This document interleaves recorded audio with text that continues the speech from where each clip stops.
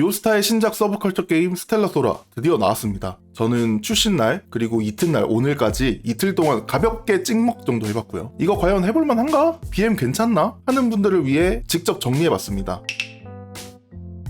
제일 중요한 이야기부터 먼저 해보죠. 그래서 게임 재미는 있냐? 라고 물어보신다면 저는 꽤 재밌었습니다. 개인적으로 로그라이크, 로그라이트 게임들을 굉장히 좋아하기도 하고요. 탑뷰 게임들의 불호가 별로 없기도 하고요. 그래서 간단한 조작으로 몹들 잡는 맛도 있고 탑 등반하면서 선택지 골라가면서 빌드 깎는 맛도 조금 있다고 느꼈거든요. 아직 어려운 컨텐츠가 오픈되지는 않았지만 어려운 컨텐츠를 기대해봄직한 재미였다고 저는 느꼈습니다. 그리고 첫 픽업 캐릭터인 치토세가 진짜 너무 예쁘더라고요. 다른 캐릭터들도 제 눈에는 예뻐 보이는 애들이 좀 있었습니다. 일단 메인 스토리에 나오는 주인공 3인방 애들도 좀 귀엽기도 하고 예쁘기도 했고요. 지금 출시되어 있는 캐릭터들만 봐도 와, 빵, 와, 농, 아무튼 캐릭터들도 예쁘고 게임도 전 개인적으로 할만했습니다. 리세 하셨나요? 저는 리세마라로 치토세, 프리지아, 나즈나 가지고 시작했습니다. 근데 저처럼 빡세게 리세하실 필요는 없어 보이고요. 7일 로그인 보너스로 5성 여행가랑 5성 레코드 선택권을 하나씩 얻을 수 있어요. 그래서 저는 이제 제가 가지고 있는 캐릭 풀 기준으로 5성 여행가는 그레이를 데려갈 예정이고 5성 레코드는 앞으로 가차를 계속 해가면서 뜨는 걸 보고 진행을 할 것 같습니다. 리세마라는 빠르면 한 5분에서 6분 정도 걸리기 때문에 가능하면 이번 픽업 캐릭터인 치토세는 들고 가는 게 좀 좋아 보이고요. 특히 저처럼 무소가금으로 찍먹하는데 초반이 좀 답답하지 않게 하고 싶다 하시는 분들이 있다면 리세마라로 첫 픽업 캐릭터는 좀 챙겨가는 게 초반 플레이가 편할 것 같습니다. 계정 레벨 어떻게 올리나요? 계정 경험치는요, 스태미너를 쓰는 만큼 정직하게 오릅니다. 그래서 스태미너 쓰는 컨텐츠를 열심히 하시면 돼요. 저는 스킬 레벨업 재화를 좀 열심히 돌았고요. 다른 재화들은 런칭 보상 같은 걸로 좀 얻을 수 있고 좀 뿌리고 하는 것 같은데 스킬 재화는 상대적으로 좀 주는 게 좀 적다고 느껴서 스킬 재화 위주로 좀 캤습니다. 계정마다 사람마다 필요한 게 다를 수 있으니까 각자의 상황에 맞게 진행하는데 스태미너를 많이 쓰시면 됩니다. 캐릭터 스킬 다 찍나요? 아니요.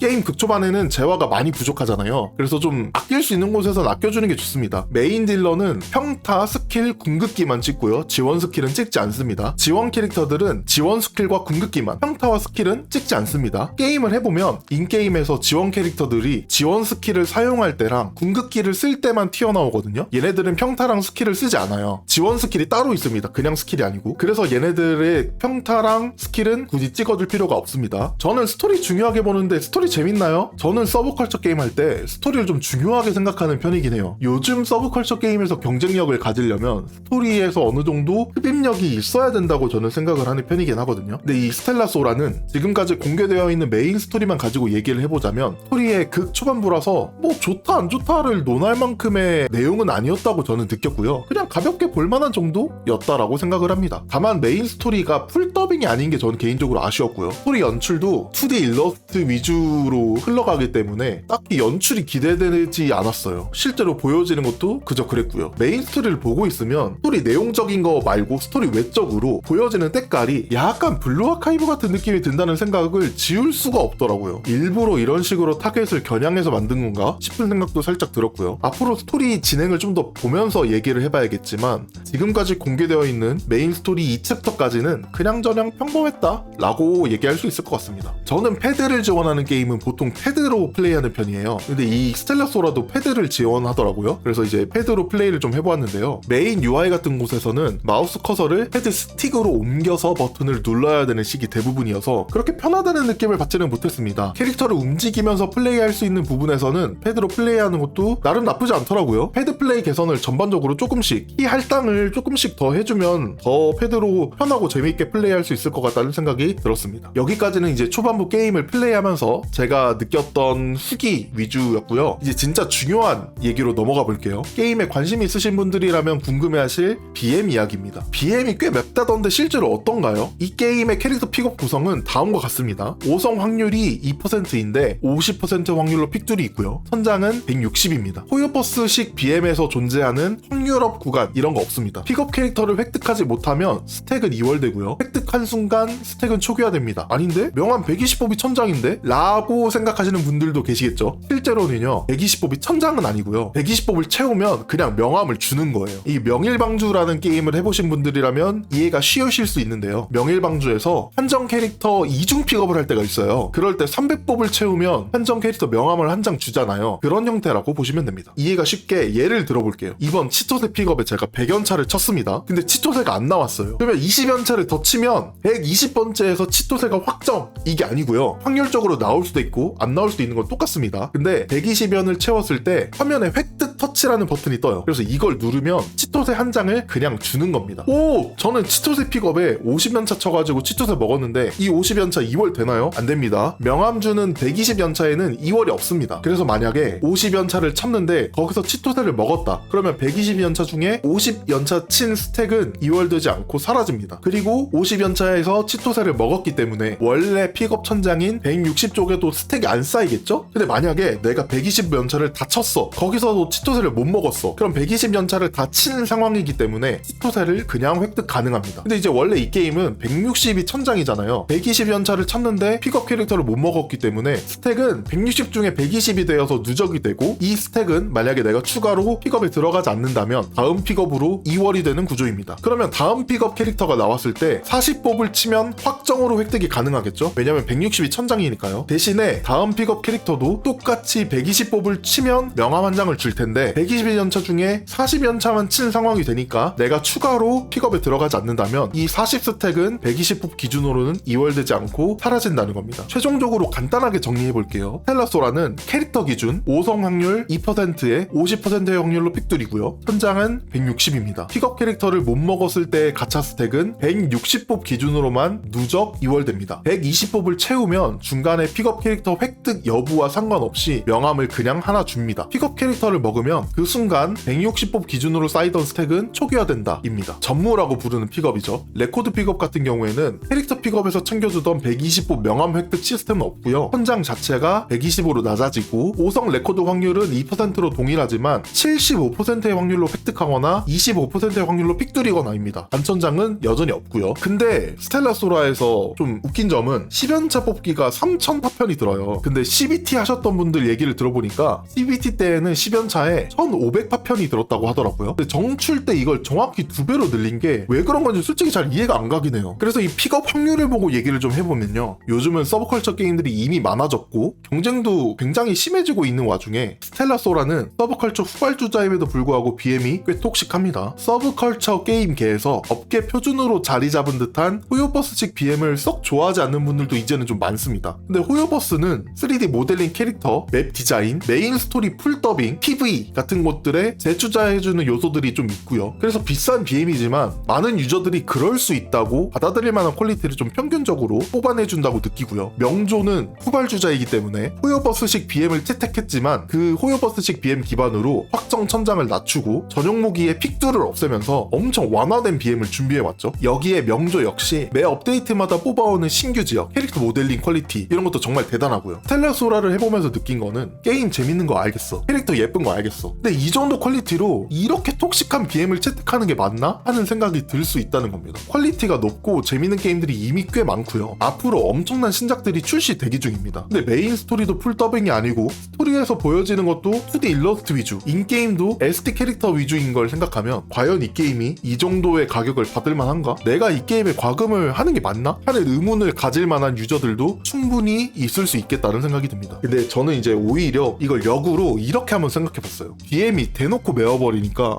과금에 쉽게 손이 안 가거든요. 그러면 아예 무과금 아니면 월정액에 패스 정도만 넣고 찍먹 정도만 하다가 게임 내에서 마음에 안 드는 부분이 생긴다, 그럼 그냥 과감하게 놓아주면 되지 않을까 싶습니다. 이상 스텔라소라 오픈런 하면서 느꼈던 것들에 대한 후기였고요. 공교롭게도 영상이 올라가는 시점에서 다음날 또 신작이 하나 오픈하거든요. 슈퍼 크리에이티브사에서 제작한 카오스 제로 나이트메어. 제가 스텔라소라는 CBT를 못 해봤었지만 카오스 제로 나이트메어는 CBT에 당첨되어서 4일 동안 좀 해봤었는데, 카자나도 오픈하면은 오픈런 하면서 CBT와 달라진 점이 좀 있는지, 게임은 어떻게 변했는지 찍먹해보고 영상 남기도록 하겠습니다. 여러분의 스텔라소라 첫인상은 어땠는지, 영상에서 제가 미처 놓치고 다루지 못한 내용이나 알면 좋은 팁들 같은 거 댓글로 남겨주시면 좋을 것 같습니다. 저는 다음 신작 카오스 제로 나이트메어 찍먹 영상으로 또 찾아뵙겠습니다. 끝까지 봐주신 분들 정말 감사합니다.